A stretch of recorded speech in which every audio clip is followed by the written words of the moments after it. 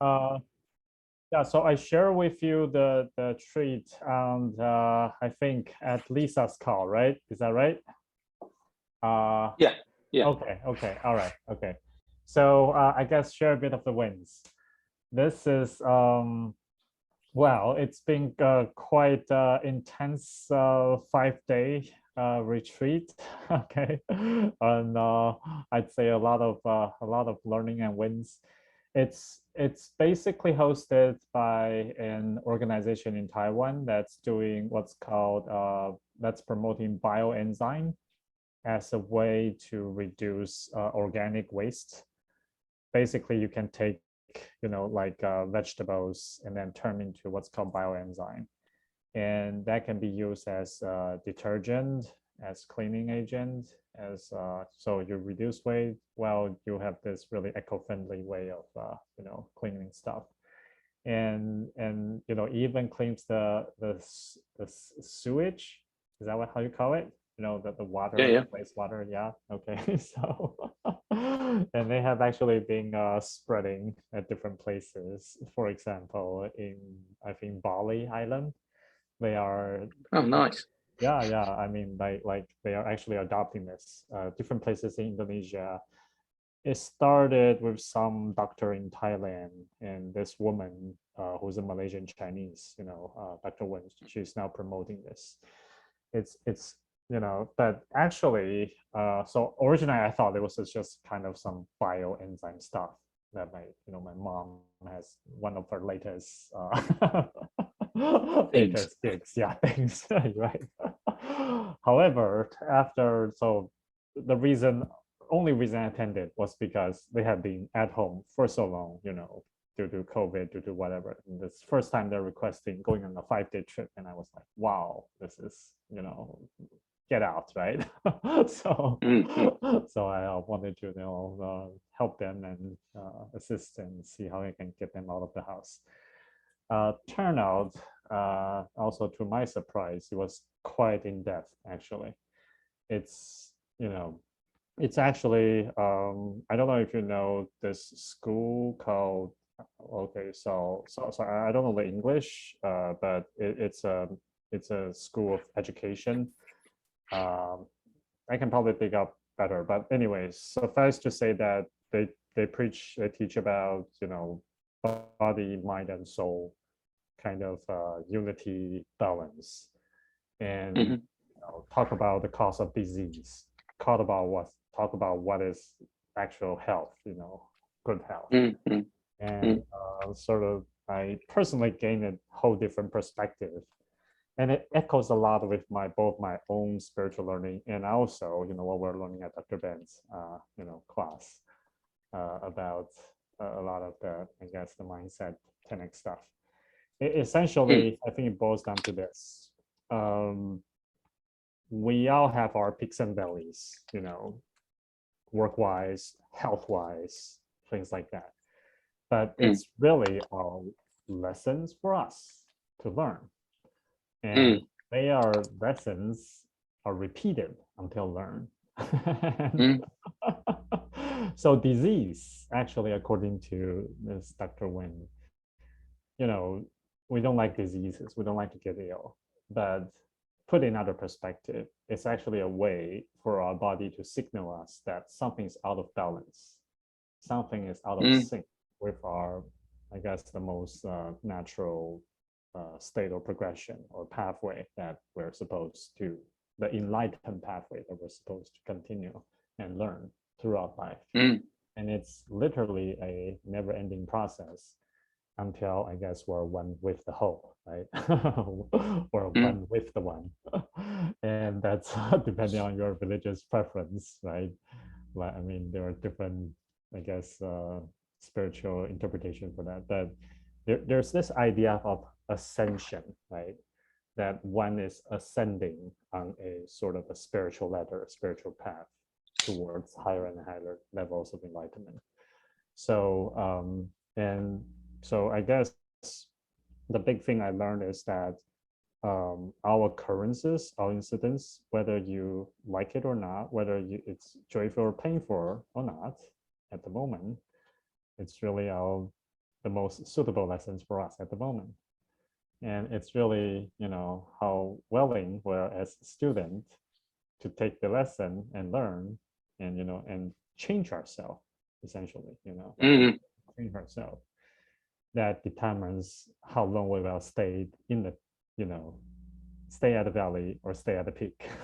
So I'm using the valley and peak analogy and metaphor, but Sure. I think, I found very similar, main concepts. But I think the other really important gain is that, knowing something, knowing the idea, the theory, the idea is one thing. Actually seeing someone who is living through that, okay, like Dr. Wen has gone through multiple peaks and valleys on her own, her husband got like cancer 20 years ago, and she was in a joint business of organic market and was basically a bad partner, things like that. That different episodes in life, but she out look at it, from the perspective of this is helping her to grow, helping learn the lesson, grow to the next stage. And one can choose to take the lesson and become better, or you can choose the path of blaming, of agonizing, and continue on the cycle of denial and pain and suffering. And and you can argue that's actually hell, right? And heaven is really when you are you're continue to ascend and be in better and better states.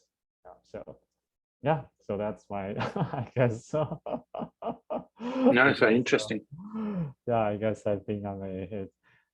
So the other thing is, I think I would say that's a peak experience, actually seeing someone and like talking to someone like that. I had a session, I interviewed her with the Dan Sullivan question actually yesterday. And you might be interested to hear the answer. I think at least it was for me very enlightening. For the 3-year vision. Okay, so I asked her the usual question, like, what would you like to see, would make you feel happy? And she asked me, like, what progress would I like to see? After knowing all the stuff, she and the organization has been doing, like, what would I like to see? Okay, and I think I tried to, at first I thought it was like throwing the ball at me, right? But then I dig a little deeper and discover that no, that's actually what you actually meant.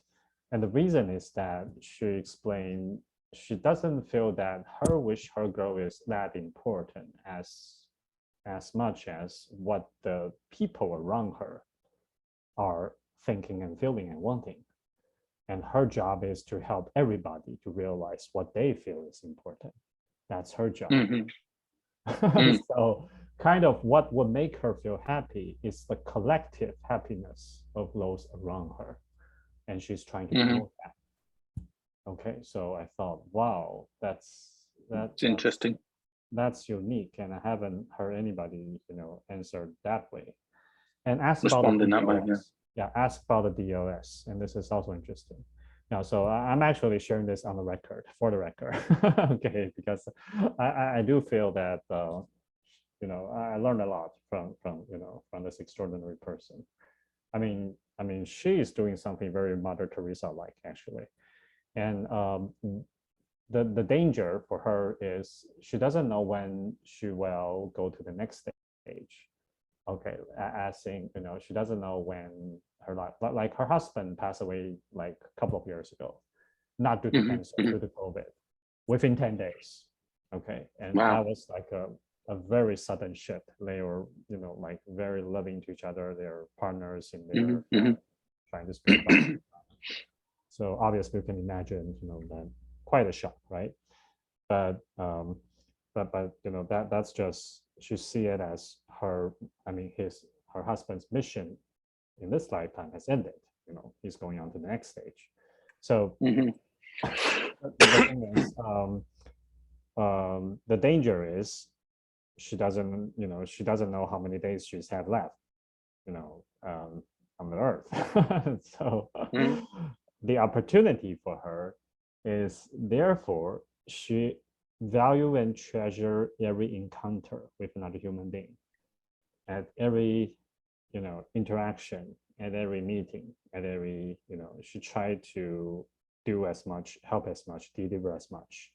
Like the course she just taught, she said that it could very well, I do my best, because it could very much be the less. Yeah. And I don't know when's the next time. Kind of living in the present. Exactly. Living in the present, 100%, right? So the opportunity is to maximize every encounter with other people at class, at work, at a teaching event or whatever. And the strength, so that is love, selflessness. She mentioned a few words, but basically, essentially, the central ideas of the organization, of what they're preaching. So acceptance, right, tolerance, things like that. So all right, sorry, this is taking a bit long. And, no, it's really interesting. But I thought this is relevant, and okay. And I did gain a lot, I think, from this. And it's always our own homework. It's never other people's fault, or society's issue or faults. It's really what we can do internally from within ourselves.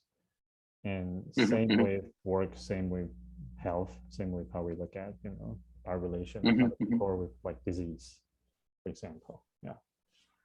So. I think that concept of unity is a really interesting one, because I remember in 1989 or 90 or sometime around about then, I heard from a Baha'i perspective, there's a strong unity is a really strong principle. So, and most people think, oh, well, yeah, unity of people. Oh, okay. It doesn't matter what color or what race or blah, blah, blah. We have to learn to come together, which of course is true. But actually, if you look at it at a body level, at a microbiotic level, or even like if I had a cut on my finger, right, and the skin is severed, then there's a disunity within the skin and within the cells of the skin, right? A cause of disunity within, and it's not until the unity is formed that the skin is healed. Okay. And you could say that for anything within the physical context of your, whether it's the cells within an organ of the body or whatever it is, it's still, that's kind of like, and I kind of always thought that that's a really interesting concept. So the fact that this lady is saying the same thing, it's, truth can be found in multiple places, right? Exactly. I'm seeing this really more and more. I mean, there's like this one truth, and we all have different views, peaks at the truth from our different backgrounds, perspectives. But, all right, so that's my win. And how this relates to JCF, I think I'm thinking more of adopting and learning from her on this, service, just serving other people, try to help them to realize what's important, for them. I think if we do this right, if we can really, for example, for us, that would be growing wealth, right? Growing wealth. That's for there's another wealth. Yeah. Sorry to interrupt. There's another quote from the Baha'i faith, which is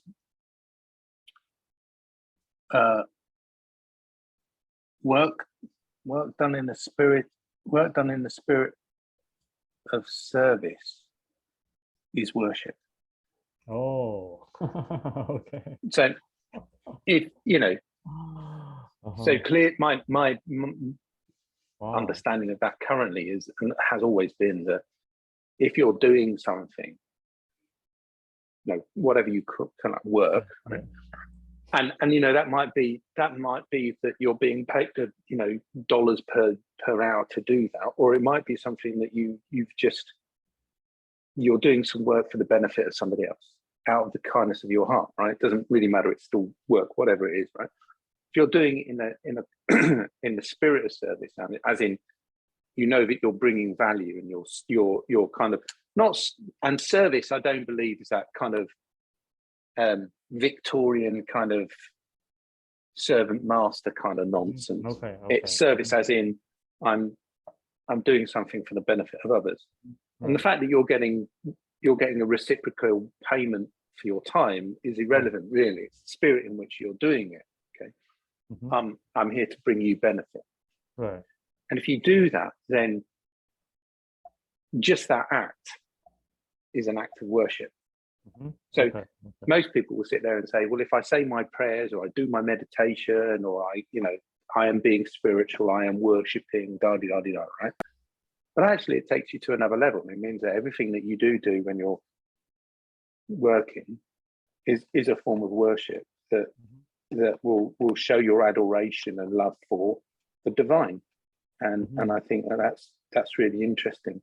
So and I think when you add to that kind of unique abilities, and you add to that free hag, and what are those things fundamentally trying to help us understand is, what do we do that's unique to us, and that brings value for others? Okay. And if you can continue to bring value for others, then you're in a way serving them, because you're bringing them your value. And that whole thing about cash flow confidence, you know, it's your knowledge, your abilities, your skills, and your habits to deliver the value that will always bring about, because you'll always be serving other people with your values, and you'll always have some form of inflow of income. Now, admittedly, there's some crossover there, because I'm talking about it being worship, but also having financial remuneration. But again, I don't think the things are mutually exclusive. And I don't think that spiritual people are necessarily poor people, and that you have to be poor to be spiritual. Not at all. Not at all. But you know, so I guess the thing there is, it's the intent to which you're doing something, which is the important thing. So that kind of and that's one of the reasons why I really like the concept of JCF and wealth. It's because, you know, fundamentally works. It can align with that framework really easily. So. Okay. Wow. Excellent. Wow. All right. So how about just yeah. That by the way, I think that's my wins are my wins are not as deep as yours. No. I'm sure it's. But I tell you what, exciting. Yeah, go ahead. Well, no, it's okay. So I've got one win that's just happened a second ago, literally, and then something that I've been, you know, I'll refer to that. So the win that happened a second ago was this. I put this ear in, and it worked. Right. So these things have been not working properly for ages now. And so I was complaining to Apple, and Apple said, we'll take it into the people that you bought them from, and did the last service upgrade. I went, okay. So I went in there, and the guy, you know, he kind of put them in this little soundproof box, and did a kind of test on them, and he went, yeah, the diagnosis software tells me that the units have to be replaced. I went, okay. He goes, yeah, they're £95 each. I went, £95? He went, each? He said, yes. I said, that's almost £200. He went, yes. I said, they cost me £250. Why? And I used some rather colourful language To be fair, it wasn't his fault, and I did say that to him. I said, "Look, I'm not swearing at you, but," and I used the F word. I said, "That's fucking ridiculous, and that's just shit. That's what that is." Because I was a bit annoyed, right? Because I thought, this is crazy. These things, right? These things are meant to be like, you know, the height of design. Right. I've had them for just 3 years, and it hasn't been trouble-free in that last 3 years. There's been, you know, significant. Maybe for the first 6 months they were brilliant, but after that, there's kind of ups and downs. So I personally think that as a product, as a device, they're not very good. So I do not recommend Apple AirPods to anybody. So, but he did that, and I thought, well, like, my wife complained to me because I was listening to AMP and Flow Research through the speakers of my laptop last night, and I was listening to them at double time, and it was loud because I couldn't hear anything. Right, so she was complaining. So I thought, okay, well, they're all still in bed, so I better be quiet. So I'll just use the one. So I put that one in, and then just as you were speaking, I thought, I wonder if, and I put this one in, it's working, right? So just the test that the guy did reset enough for them to work. So the poor guy got shouted at, which wasn't his fault, and I did apologise to him. But anyway, it seems to be temporarily working better. So that's a win, right? But what's more important? Sorry, I know I talk too much. So I did my Flow Research stuff. So I answered the AMP questions, as I'm sure you did as well, which I thought was kind of interesting. But I'm kind of feeling that he's a little bit, he's not moving on with some of these observations. I don't know if that's because I'm not in platinum anymore or not. I don't get it, but it seems like it's kind of like we're revolving around something that I'm not quite connecting to. But I did my Flow Research. And that was really interesting because they touched upon a couple of different things. So last week, it all talked about how you have this cycle of recovery, struggle, release, flow, and then you go around in this circle. Right. And so now they were talking about what's the difference between time management and utility management or task management. And obviously, here's the thing, the average worker, the average knowledge worker, gets to do 1 hour of work a day where they achieve and accomplish something, right? Because of the level of distraction. So they said that works out, that's an average, right? So the average per month is 22 hours. No, sorry, beg your pardon, 11 hours per month. So how does somebody, so the idea of doing one day's worth of work in a month. Now, I know Ben has kind of mentioned that. He's gone, well, you go into monk mode. Well, what is monk mode? What does that mean? You really concentrate.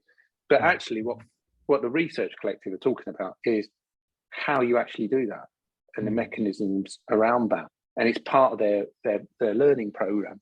So I found that really, really interesting. So I got a lot of insight into that. It's about leveraging the elements of the quality of the output that you get. So it's output management, not time management. Because time management, you've only got 24 hours in a day. So why is it that any number of business kind of successes, for whatever measurement success, are up here with their output, but they've still got the same amount of time? And in fact, you look at somebody who works really, really hard, 16, 18 hours a day, right? But they're only putting out that much output as opposed to, somebody who's an uber success. However you manage it. Right? So you've got this disproportion, yet that person is probably putting out far more effort than the guy who's an uber success. So what is it? And it's not about the amount of time that they work. In fact, the optimum time that anybody can work in terms of what you get in your results is 35 hours a week. You're not really going to get much. It starts to depreciate. The value of your output depreciates after 35 hours. I see.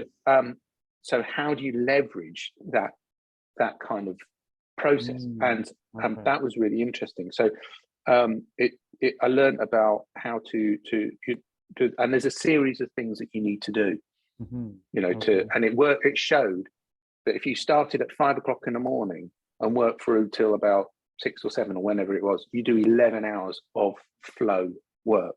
So getting 11 hours of flow work done in one day means you do the same as an average knowledge worker in 1 month. And that I found really interesting. And that was I mean, obviously you don't then go, well, let's do 11 hours a day every day, because then you just burn out. So you only do that, you know, sporadically. But nevertheless, that still gives you an excellent point. And then the other thing was that they used the idea of Bezos, right? And they said that his 1 hour is the equivalent to 750,000 hours. And that's based upon him employing 750,000 people. Well, I checked that this morning. Actually, they employ 1.5 million. They employed 750 back in 2019. So that shows you when their research was done. But the interesting thing then is, and it's not to say that you need to employ, the more people you employ, the more, you know, the more effective you become, the more you leverage. But it's just, you could use it in terms of people, technology, skill, mindset, education, all of these factors. So there's a prioritization and elimination. So getting rid of the things you don't need to do, rule-based decision making, decide on a rule and then just apply it constantly. Learning, well, that's the right knowledge. Skill development, that's skill set. Technology, code once, then repeat. Systems, build once, use forever. People, who, not how. And then flow, get into flow. So all of this stuff, kind of, these are the leveragings that you can make to get more out of your more output from your same amount of time. So there you go. I just thought that was really interesting. Wow. Okay. So the key is leveraging. So my is leveraging. Yeah. So I have to say, the Flow Research Collective is a very, very interesting form of education, and it's like, I'm happy that I didn't take on that platinum, and instead I did Flow and coach. That doesn't mean that I won't go back to platinum at some point in the future. But right now, I think I'm getting, because the amount of detail that I'm getting for Flow is something that will kind of, you know, it's like all of these things. Once you've got access to their portal, you can go back and revisit the training whenever you want, sort of thing. Right. So, and join in with the community of alumni and all that kind of stuff. So I would strongly recommend it when you've got time or funding to go in there and then do that. Okay. So that's how. Thanks. I am already getting the training in a way. Yeah, well. Yeah, maybe but not a full version, but no, you're getting half-baked bread, mate. Half-baked bread. Yeah, thanks. But no, I'd gladly share whatever I've got with you. So that's fine.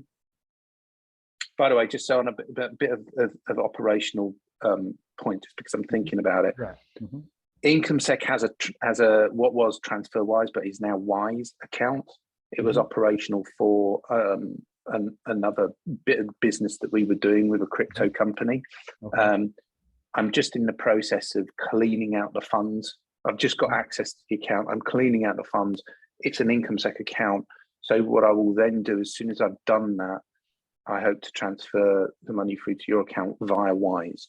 So that should mean that there are no kind of international charges, and that great. So that's what I hope will happen. Okay, great. Well, so there is a delay, but I'm giving you the reason for the delay, and now that I've got control of the account, I can start to figure that out. Okay, well, so I'm just thanks. Just really letting you know. So I mean, on our end, it's the same, right? I mean, nothing we have to do. Okay, all right, good. All right, thanks. Yeah. And just an update, kind of a win, well, definitely a win as well, is that the development of wealth, I've given directive about I want to see JCF main fund up and running by the end of this month. Okay, to Sunny and also Josh, who's the main developer now. I mean, the wealth system is coming up nicely, I think. Right now, the funding part is working. Right now, it's working on the withdrawal part, and also the collecting the funded amount USDT is also been, I think just being implemented. So it's progressing towards, the basic function of invest, funding, withdrawal, and collection. And I'm looking at making the JCF main fund migrated, to the wealth system. So I think I'll trust them on doing this. Obviously, I will keep checking on, right now, Monday, Thursday, and checking on that. And Amit is also doing, I mean, he's already done the DCA, the dollar cost average function. The functionality is not done. Right now, it's in the process of integrating with the backend. So once that's done, there's going to be a new button. If I push that, that will convert 1% of the USDT reserve to Bitcoin. Okay, so that will be like a manual process operation. Yeah, and it's going to be a backend function. So I think with that we already have a nice, strategy in place, and then it's automating that. Yeah, so cool. I am expecting something, coming up, this month. Yeah. So excellent. All right. That's good news. So yeah, I think free hag. Yeah, free hag. Yeah. So would you like to share your screen on the? Okay, so look, because I'm going away, I've started this call on my iPad. Okay. And not on my laptop, because I'm going to be taking my iPad and I'll be working on my iPad as opposed to. Should I share? So at the moment, yeah. Well, if you don't mind waiting for me to fiddle about, I can see if I can't pull the actual drive up and share the screen. Okay. From the iPad itself. Should be.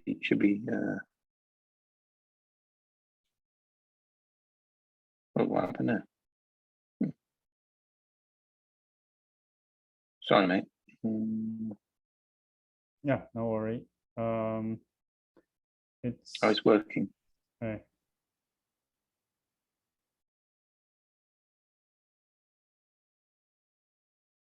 No, it's crashed.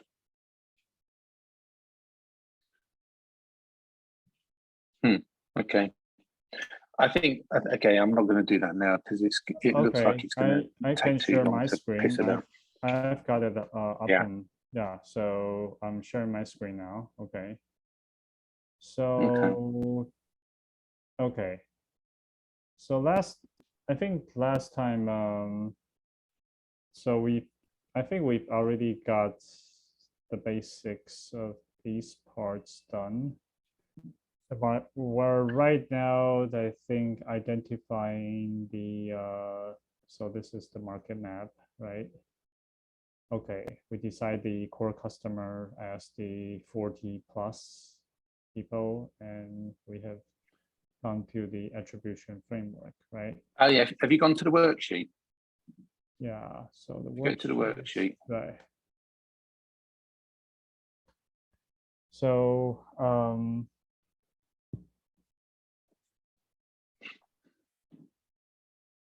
all right. So this is the worksheet, and so if you go to attribution framework. Right.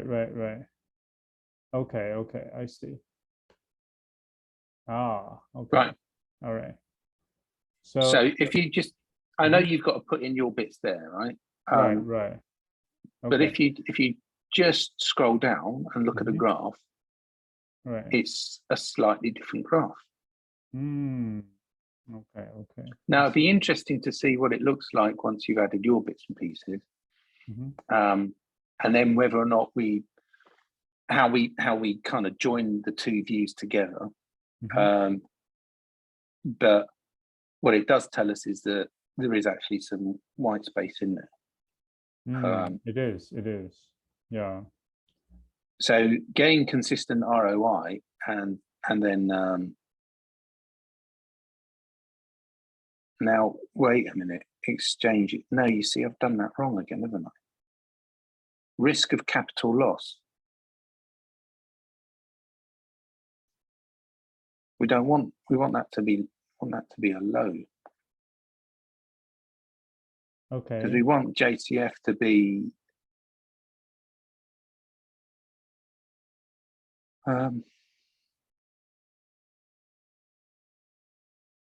oh, okay. Why is that? That's actually.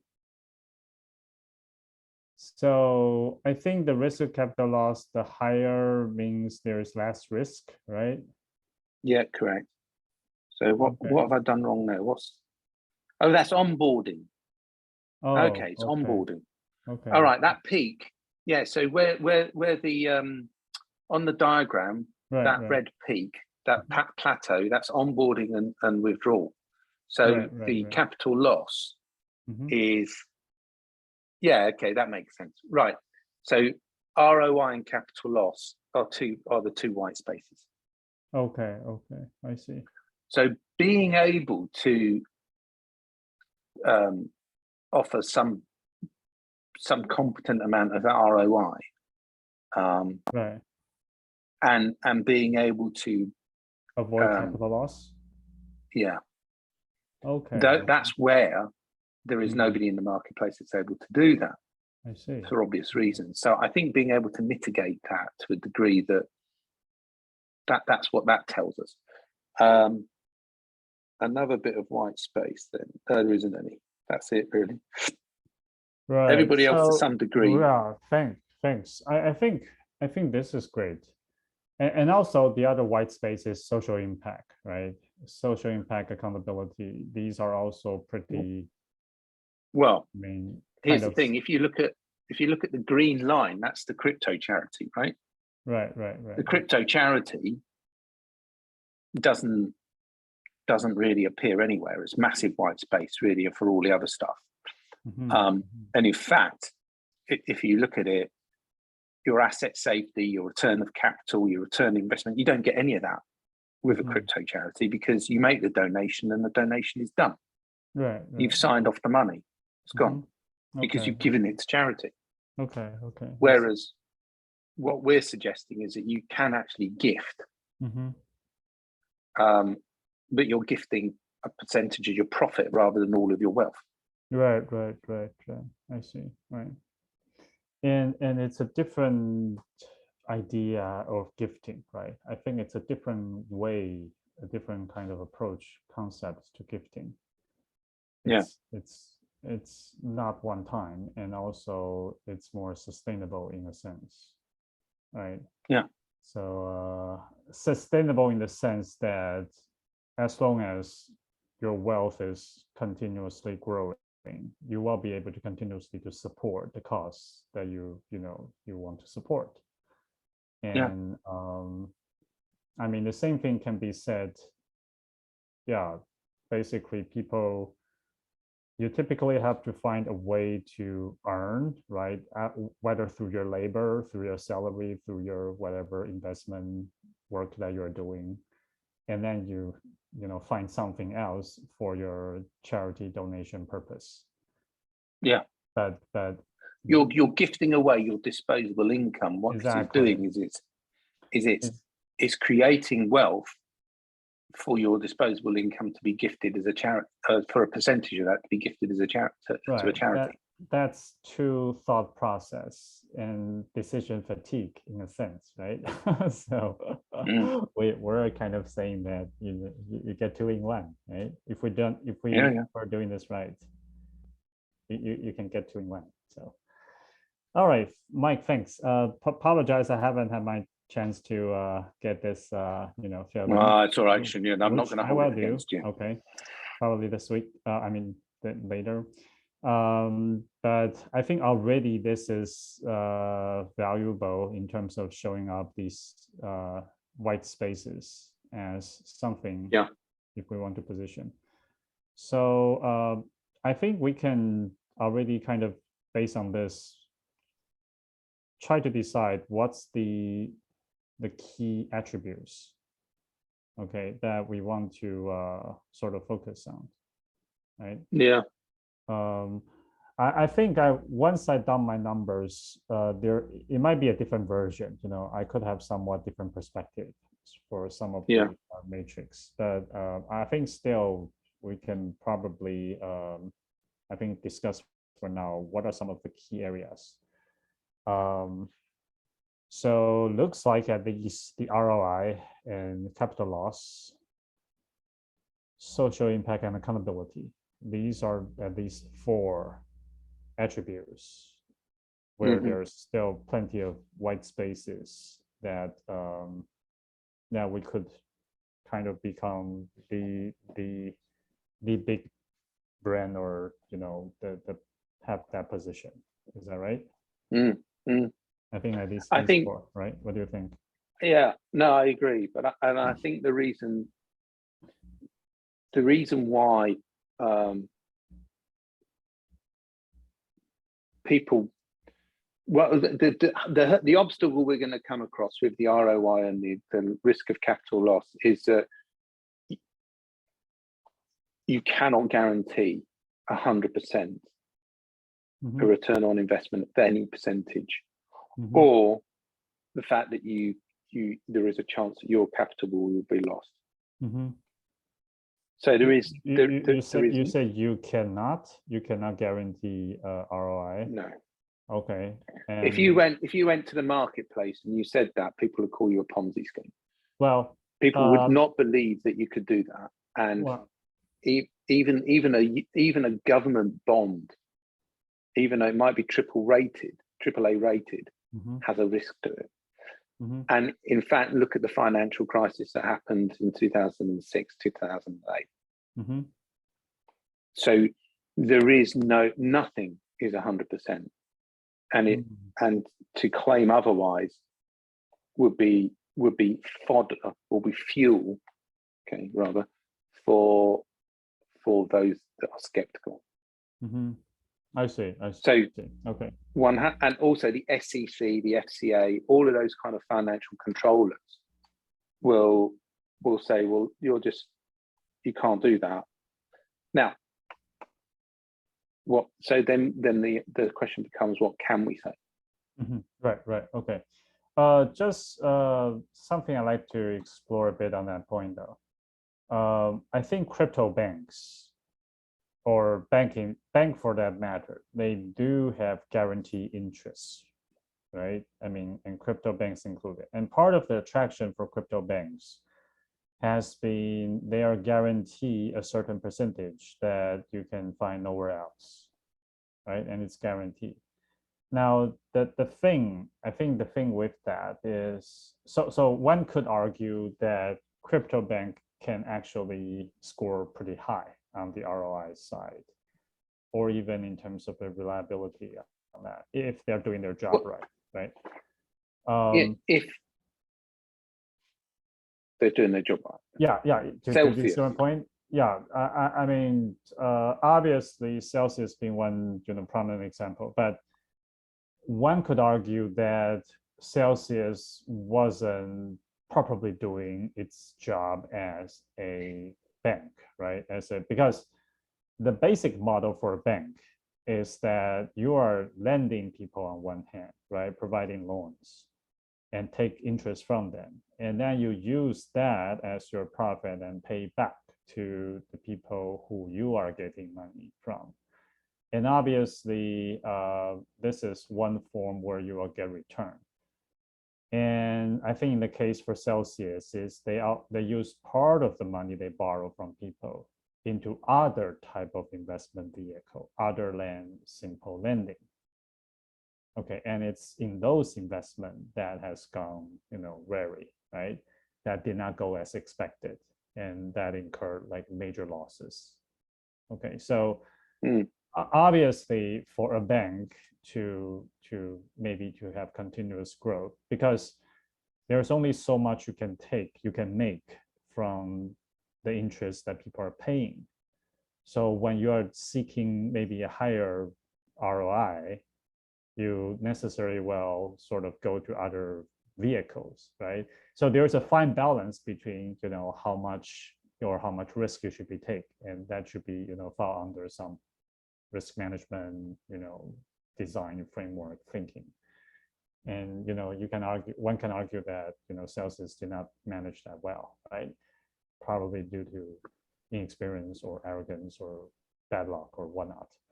But essentially, I think fundamentally the banking model makes sense and works, right? Otherwise, you wouldn't see so many successful banks out there in the traditional financial space. So one could argue that it's not entirely, it's not unworkable. The banking system, the model, it's a sound model. Just like, for example, index funds, it's also a well-tested model. But how you actually execute that, right? For example, we could be doing something a bit more riskier with our assets, right, in order for higher return. But that put us in the risk of losing people's money or losing capital. Yeah. But if we stick to the pure, like index approach, or even with our like really conservative, exiting strategy, obviously that reduced the risk, but also reduced the ROI, right?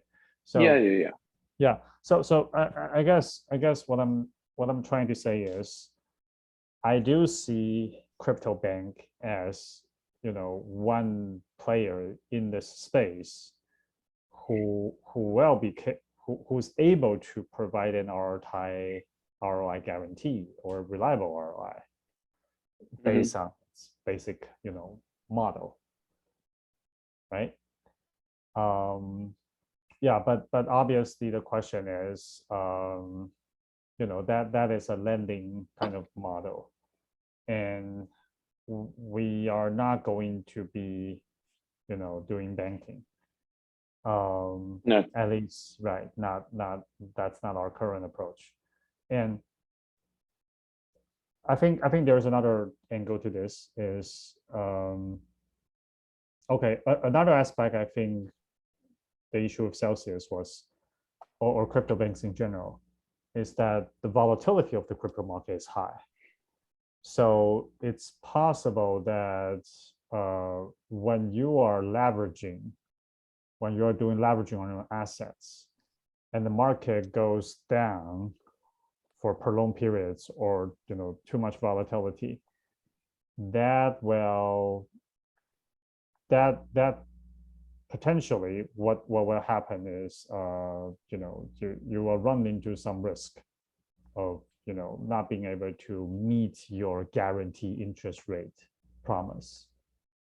Okay, and that's when things has gone bad. But that's my point, right? Is that you can't, if we're going to sit there and say that crypto banks or whatever, that if our statement is about ROI, then what is it really that we're saying about ROI? That we can meet a certain threshold, and that nobody else can meet that threshold. What's the white space telling us? Okay, and so being able to state, for argument's sake, let's say we'll give you, we can guarantee a 10% ROI. And I'm just making this up, right? Okay. So, are we able to deliver on that? Okay. And then, if so, well, is that of any competitive advantage above anybody else in the investment world? Well, I can get, even with my pension funds, for instance, the minuscule amount that I have, they sit there and say, well, this fund was getting 27% for the last 3 years, and this fund was getting 47% for the last 3 years. Of course, we can't guarantee what will happen in the future, right? And so you can only go on what you've done in the past as a measurement, and then as a measurement. But then that's just an indicator. It's not a guarantee.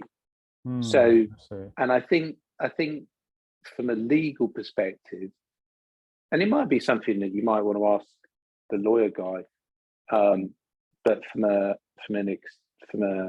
regulatory perspective, can anybody sit there and say, can you stay within the regulations of the kind of banking world and say that we'll give you a guaranteed ROI of X?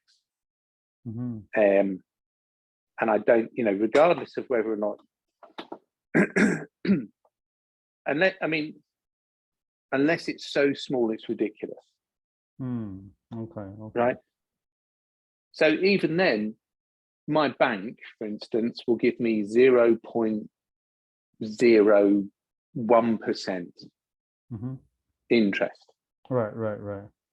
Which is nothing. Nothing. Per year, right? Right. So, but are they guaranteeing it? They're not guaranteeing it. They're just telling me that that's what they're giving me at the moment. Right. So it might be that what we could do is we go currently, we could state what our current ROI is based on our assets and our dividends, but you see that would then require us to be almost second perfect. I mean, what we could do is put like a caveat in there saying figures are accurate as of close of play, a 24-hour period or something like that, and say up until that point we were 10%, 20%, 12%, whatever it is. I think that's what all the funds do. Yes. Yeah. Okay. If that's what they all do, then that's fine. Okay. Yes. I think I fully agree with you. I mean, regarding the claims, we don't want to put any guarantees. That's for sure. Okay.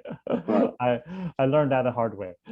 Okay, in some previous iteration of JCF product, but it essentially no guarantees. Okay, that's for sure. The thing though is what we want to strive for, right? Like Warren Buffett, Berkshire Hathaway provides excellent return, over a period of time. He doesn't provide any guarantee. He doesn't even say that we're going to give dividends, right? But there's value being built up over time. I mean, that's also what we want to do, I think. And yeah, well, I do see ROI and risk of capital loss. They're somewhat kind of they're on trade-off. If you are, I mean, this is also what people typically think, right? If there is a high return, then it must be risky, and if it's low return, it's probably safer. And that's true in general as well, right? That's kind of a general rule. I think the question for us is what kind of position do we want to take in people's minds regarding our performance, ROI, and also our reliability, which is the risk of capital loss, right?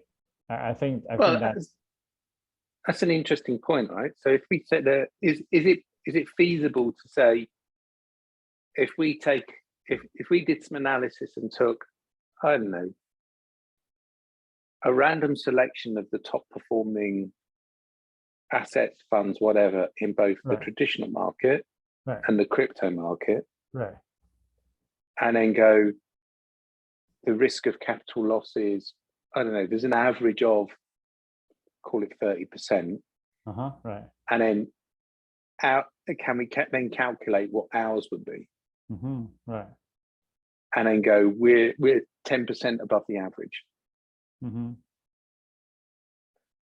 And in that way, we've got some granular kind of metrics that works. I think I have a stance now that through this discussion is that I think what we want to do is we want to score really well on low risk part. Yeah. Okay. Because I think that would be a differentiator. Because right now people all perceive crypto as really risky, highly volatile, untrustworthy, right? And one of the things we're trying to do or show is that no, it's not by nature it has to be that way. It's very simply, you know, because the market is too early and there are too many bad players and people are greedy.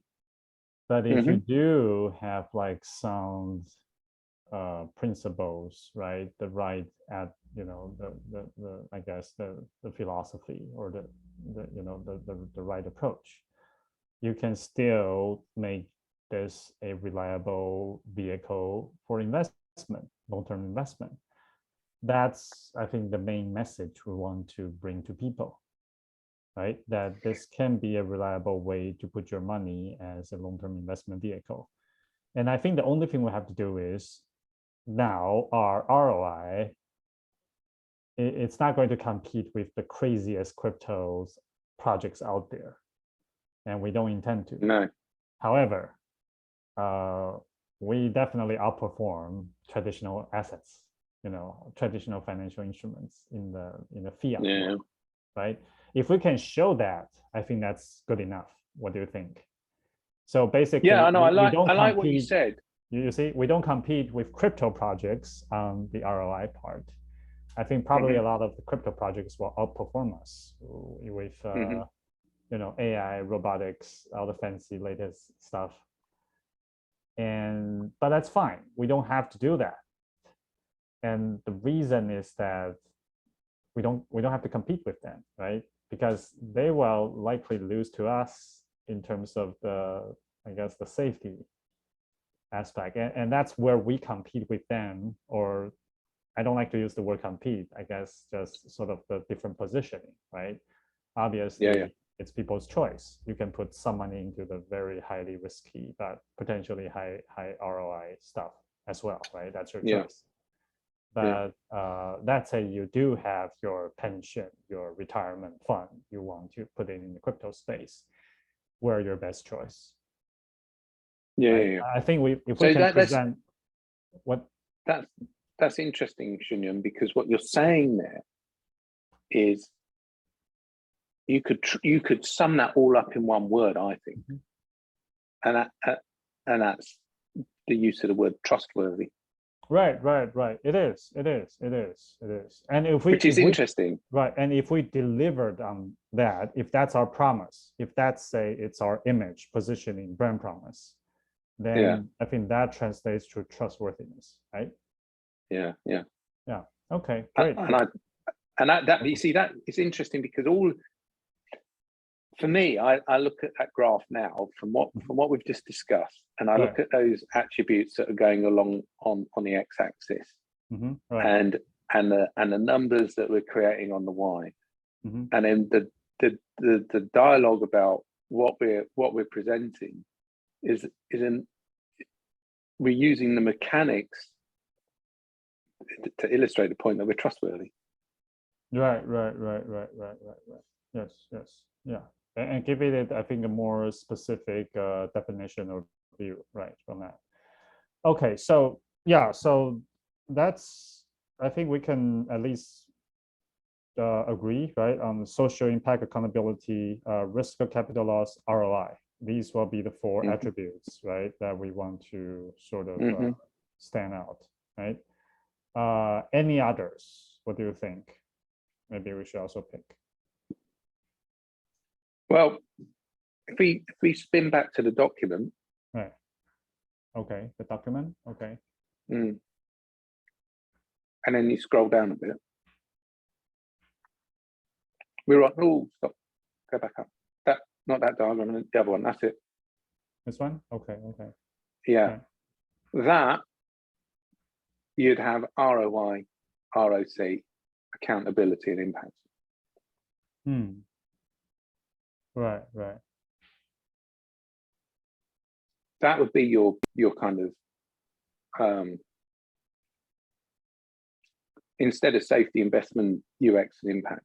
Oh, I see. The major pillars, you mean? Kind of what are the major pillars? Okay. That's my understanding of what we're doing next. Oh, I see. Okay. All right. Okay. Good. That based on how I've read it anyway. Okay. I see. So I guess, would you like to adjust that graph then to indicate? Yeah, that's in a Google. I think I've shared that with you as well, but it's on a Google diagram. Mm-hmm. Can you get access to it if you follow the link?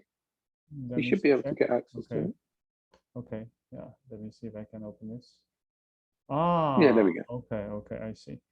So you're saying that maybe we can just put ROI and ROC. You see, they're at the moment, obviously under the thing of investment, right? But Right, I mean, right. and those are these bubbles are the things that I could think of. Right, Obviously, you've got your own thoughts that you may think need to be added to that, and indeed, do they actually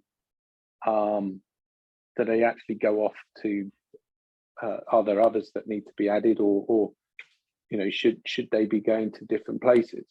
Okay. I just put the linkages in there.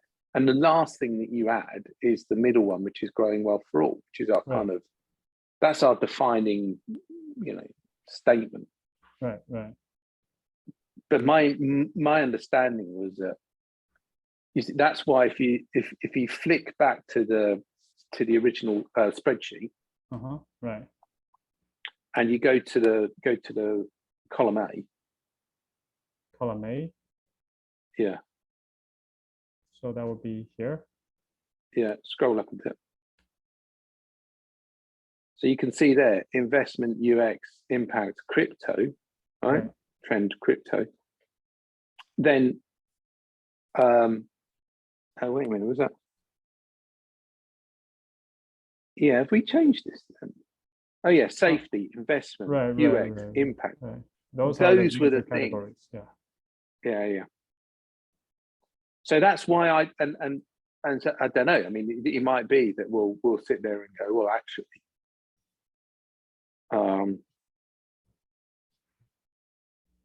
so these attributes here. So what we've got categories on A. B is attributes. So it might be that the attributes are some of the smaller bubbles in the diagram. Do you see what I mean? Right. Okay. All right. So that's okay. So should we adjust? Okay, this is, I suggest we adjust the colors. Okay, just to say the ones we're picking. So accountability, social impact. And I think we're not picking these two for now.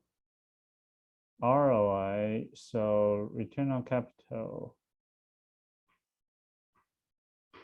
Oh, ROI growth. Okay, so this is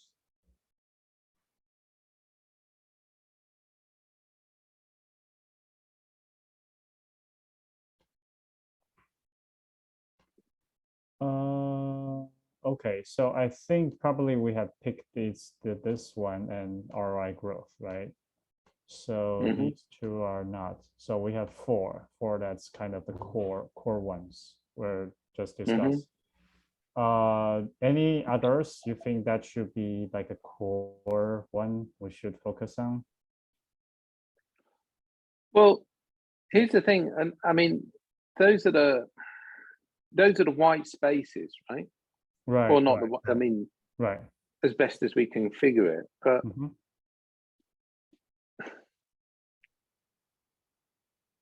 I mean, my understanding, I can't actually remember now, to be honest. I'd have to go back and read it. But are we making the core, the white spaces, the kind of the four pillars, if you like, that we're going to go for? I think the white space are the ones that you have the best chance if you are able to, you know, like really build a brand, a strength in those areas. Even if they are not your current strength, that's fine as well, right? But you recognize that it's white space, it's blue ocean, right? It's something that people haven't been tackling. So if you continue to invest, build towards that, and capture the flag, and you know you will be a player, right, in the area. I think that's the idea. It's not to say we cannot have another core in, you know, where some other players are also excelling.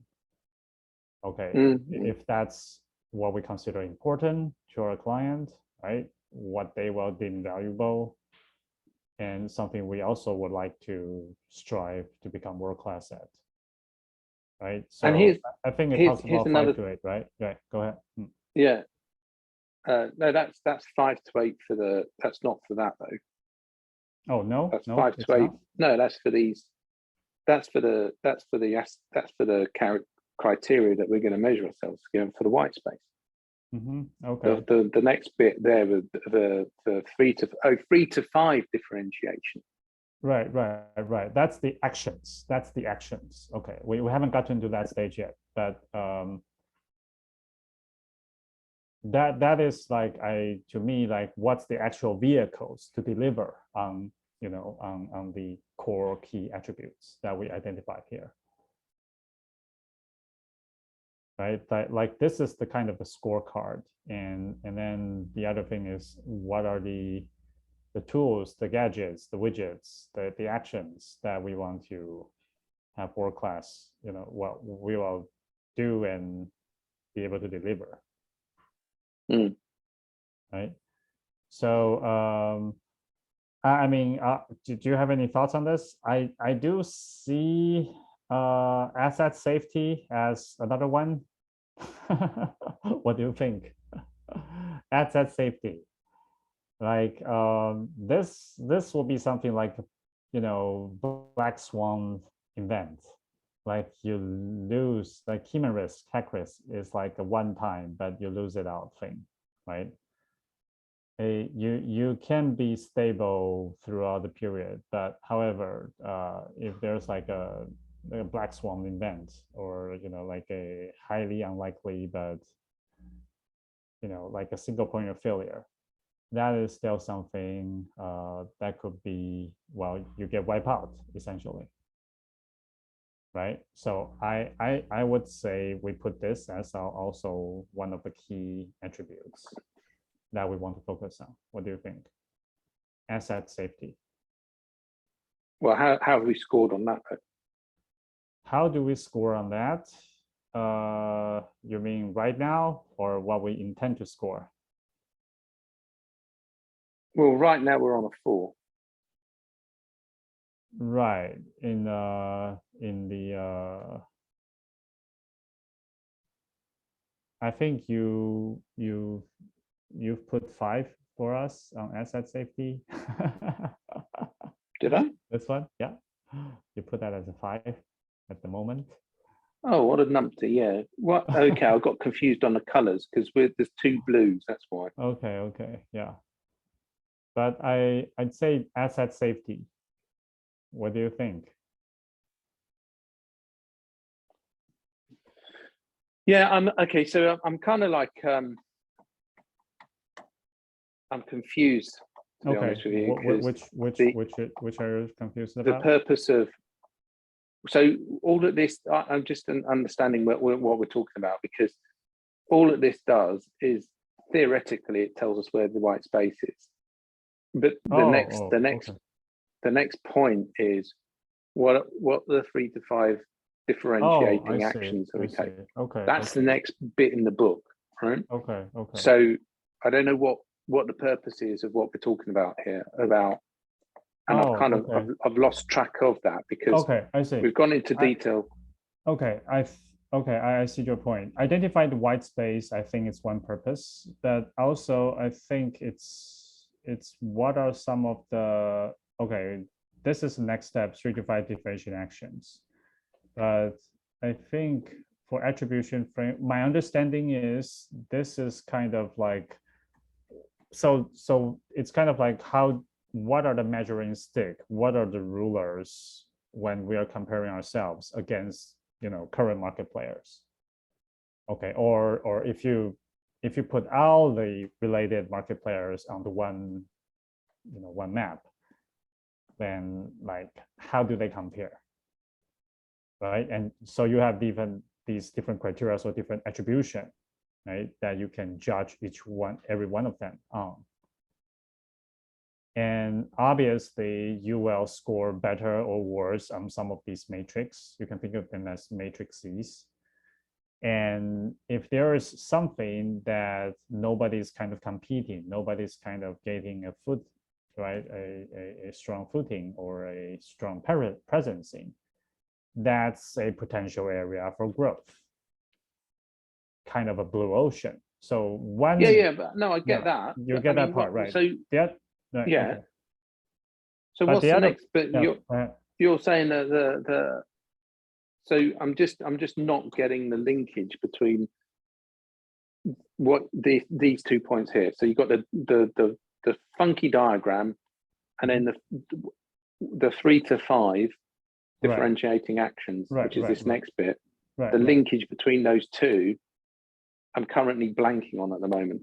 Oh, okay. Now the book is in the bookshelf in the other room. I'm going to get it and read it. Okay. And that'll probably alleviate my issue. But I'm kind of not seeing the linkage between the two elements. I can share my understanding, which may not be correct. Okay, I'll probably also check the book.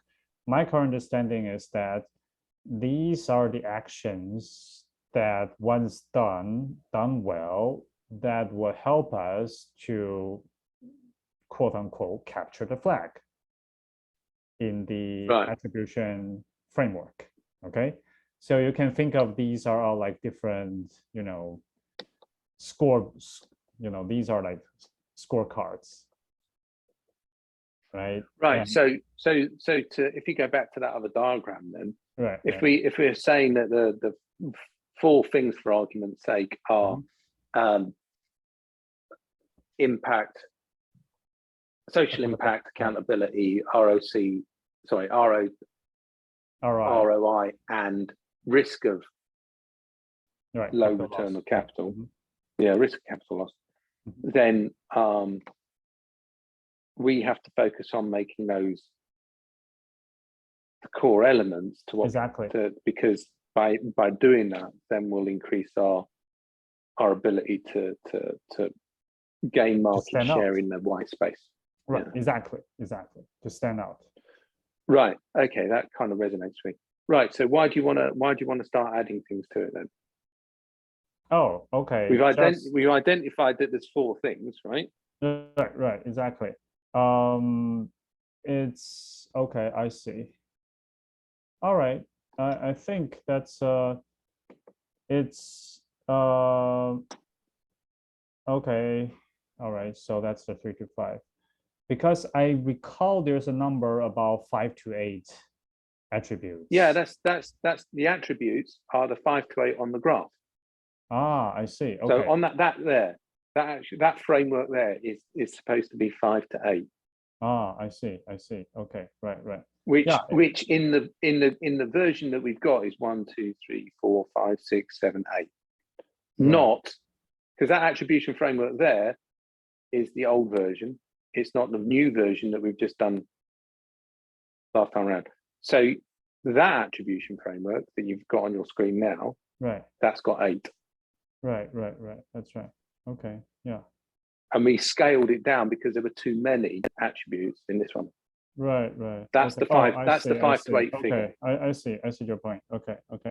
So you're saying that we already have 8 attributes, and we've also used that to identify the 4. Okay, I see. Okay, good. So by saying that the four differentiating actions, I think is attributes, right? Attributes. Yeah.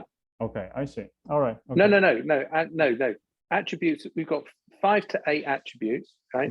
And of those, we've established that there are between 3 to 5 differentiating actions that we can take that will put us into the white space. Right.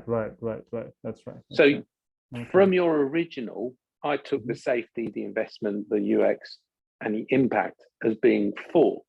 Right. Okay. Right.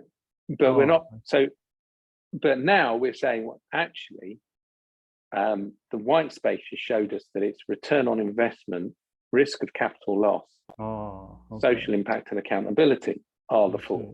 Okay. I see. Okay. I see your point. Okay. All right. So should we just change that? I think that we'll be following the process if we did. Okay, all right. So basically, But of it's course, Shenyun, right. if you put something in that spreadsheet and that changes those dynamics, and we don't have the same amount of white space. Oh, okay. Okay. I see. So you're for us to move forward. Excuse me. For us to move forward on this. Sorry. Right.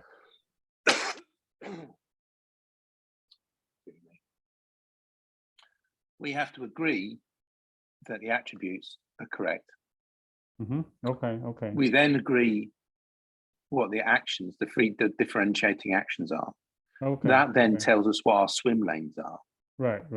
Okay. And then the other thing that I noticed I was trying to finish this, and although I think I have finished it, what we also have to do is agree the rolling forecast. And the rolling forecast is based upon, well, one of the easiest ways of dealing with that is looking at what's happened before. So I don't have visibility of the kind of the cost structure and all the rest of it, the budget from previous years, which is fine. And I'm not asking that you should show that to me, but for me to be able to input on that, it's going to require some knowledge of that. And that's going to come from you, right? Okay. And I don't, for that. I think this well, this helped though. Okay. This is our dividend records, which, by the way, I think it, I think it's fine to share. It's can be something, This. Yeah, I've seen this before. Right. I think you have access to this. Okay. So this is, this is tracking all the major, metrics for the fund. So yeah, I'm just saying that maybe you can draw something from this, okay, in terms of how the fund has been, sort of working or performing in the past. Well, we need to do P&L. So if this is the transaction element, right?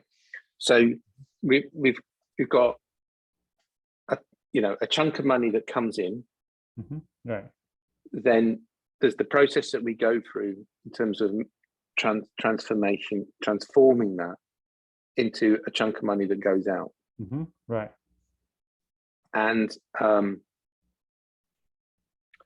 but that cost and what we're spending it on, and like, okay, so again, if indeed we go back to the document, this one, yeah, there we go.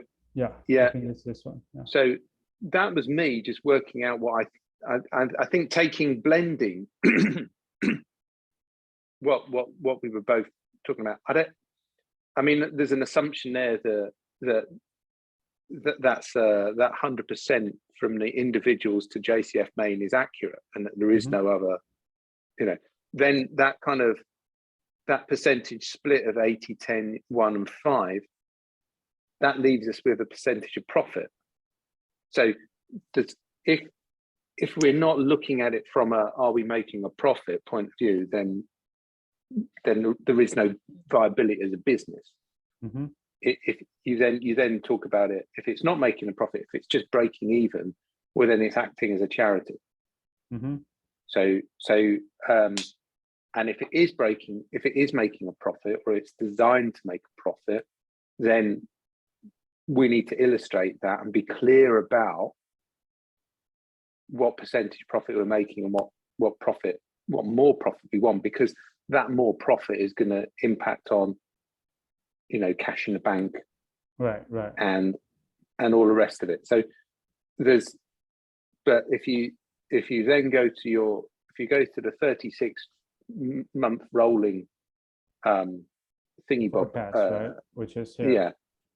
Yeah. In the swim lanes and also the one after the rolling forecast, right here. So you see, if you go to the far right left, I can't see that on the screen. So no, opposite way. That's it. Right. Yeah, I can't see that last column. I can't see B and B. I can't see A and B. Oh, okay, okay, I see. You cannot. I don't know why. It. Okay. Wow. Okay. Right now it's getting smaller. Can you see? No, it no, now, it's super zoomed in now. It's like I'm seeing it with binoculars. Yeah. So look, here we go. So can you see now? That's our end date, right? No, that's perfectly good. Okay. Yeah. So if you look at that, then it's like the revenue. That's how much we want to be making. Right. Coming in. The profit. Well, that's how much profit we want to make. Cash in the bank, right? So that's all our figures of what we want them to be, right? So then we have to go all the way to the opposite end of this and go, what do we currently have today? Right. And then we have to populate it going backwards. But you see, what is our revenue? What is our profit today? Right. Okay. Right. I've kind of put the revenue in there a bit, and I'm talking about the revenue being the asset fund, right? And I'm talking about the number of widgets being the number of users, which I'm assuming is 100. Right. That's from conversation. That's correct. That's correct. So we need to agree what that journey is going to be, and indeed that P&L. So the profit there is it profitable? You know, what percentage profit is there? Right. Not, and I'm not talking about how much dividend we pay out on that, but how much. Right. I see. How much profit is the business making? Right. It's the business. Yes. So, you know, the cost of the Sunny and yourself and and all of that kind of stuff, and then you know the amount of investment and all that sort of stuff needs to be factored in there. And that's my understanding. Okay. Right. Okay. And all of that ties in with the swim lanes, because you know that's what we're, you know, these are the tasks. Now you see, here we go. So our differentiators, right, is ROI, our risk of capital, impact and accountability. By making those, sorry, it's really weird. It's just gone. I've just lost the left-hand side again. Anyway, by making them, then we're working towards that, and all the things. These are all the operational tasks that we need to do to get us to be in that space. Right. Okay, that's becoming more clear for me. Thanks. The 3 to 5 differentiating actions.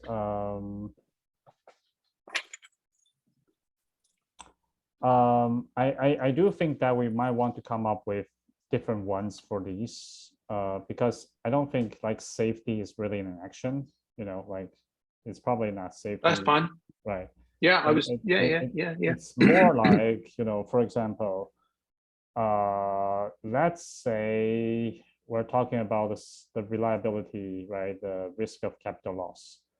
That would be something similar to like executing reliable investment strategy, right? For example, index plus dollar cost average approach, right? That would be like how well we can execute a reliable investment strategy, right? That would be kind of a differentiating action. Agree? And yeah, I'm following. And by executing that, we will deliver that attribute in terms of, you know, we have low risk of capital loss, right? Or for example, another, I think, differentiated action potentially could be, we are managing our assets in a very decentralized fashion or approach. Okay, so there's not really a single point of failure, and we avoid, let's say, key man risk, for example, right? Do you see? I mean, that would be the kind of the differentiating actions that we're doing differently from the people in the marketplace. And but here's the thing. So that, for instance, key man risk, whatever it is, risk, right? Yeah. That would be, let's say that's a Q5, right? Completion target, right. For return, risk of capital, whatever, right? But that would be a Q5 target, for instance. Correct. But it would be one of the subset of whatever it is that our differentiators are. And again, we've also come at this, and of course, look, this is 80% done, right? So what we're going to have to remember is, based upon what we've already done, this is what we already think our customers. It's important to our customers. We haven't done any actual research to figure out whether or not it is. We've made those assumptions. Correct. Yes. Like whether they respond well to this. Yeah. Now later on, that's part of FreeHag, is you take it back to a couple of chosen customers and ask them if this works or it doesn't. But I don't know whether or not it's worth testing the waters with some of the current investors as to whether or not that's important to them or not. Okay. So I think and look, Shinyan, I've got a dog that I've got to bring into the house. No worries. And for him to come into the house, he needs to be washed. So basically, I have to go and wash him. That's perfect. It's also 9:30, so I don't know if you want to call it. Yeah. That's now. Okay. Shall we wrap up the gains and the good, the good, the not so good, the improve, the improve? I don't have any. Oh, here's another thing. So what was it? So in our AMP training, how I've uttered a couple of times how frustration with moving forward. It was just looking at that in a different way, and that's a positive thing, because they're the indicators that we are actually making progress. So it's, I don't have any issues in that respect. So I don't, improvement. Well, yeah, we can always improve in getting things done quicker, but it's just life, right? All right. All right. We'll learn how to do that. I think what we have gained though today is, again, we've moved forward. And all right. We're in the game. We're that much closer to where we want to be. I think I've gone through the FreeHag now to a point that I'm 80% satisfied. Oh, okay. And I understand what the end point is. Okay. So just bear with me a second, Shinyan. So this is the video's on here. So he's outside now. He wants to come back in there. But the video's on. Do you want me to let him in? I'll hand him to you. Okay. Shinyan, can you give me 30 seconds? I'm going to turn the video off, and I'm going to put the dog in the bathroom to be washed. Go ahead. Okay, all right. So, yes. Okay, all right. So maybe I'll share my wrap up. Yeah. Okay. So what I felt today was extra good, helpful, was the in-depth discussion of the attribution framework. We have closing on the 4, that's the empty space. Also, I think I got a better understanding of the, how that relates to the differentiating actions, and how the attribution framework and differentiating actions kind of related, or how they are supposed to work. Right. The not so good part for me was I hadn't prepared in time for the to fill out my part. I didn't do my homework. So I think the next thing, and the reason I think it's probably I haven't properly scheduled the time to make the completion for that. So yeah, so one thing is that this will be probably will want to have a scheduling time for this. On my part. Okay, so do you also, sorry, have you finished? Yeah, I'm done. Yeah. Okay. So another important part of the FreeHag is, and I think we need to take this seriously, especially with the idea of everything being recorded.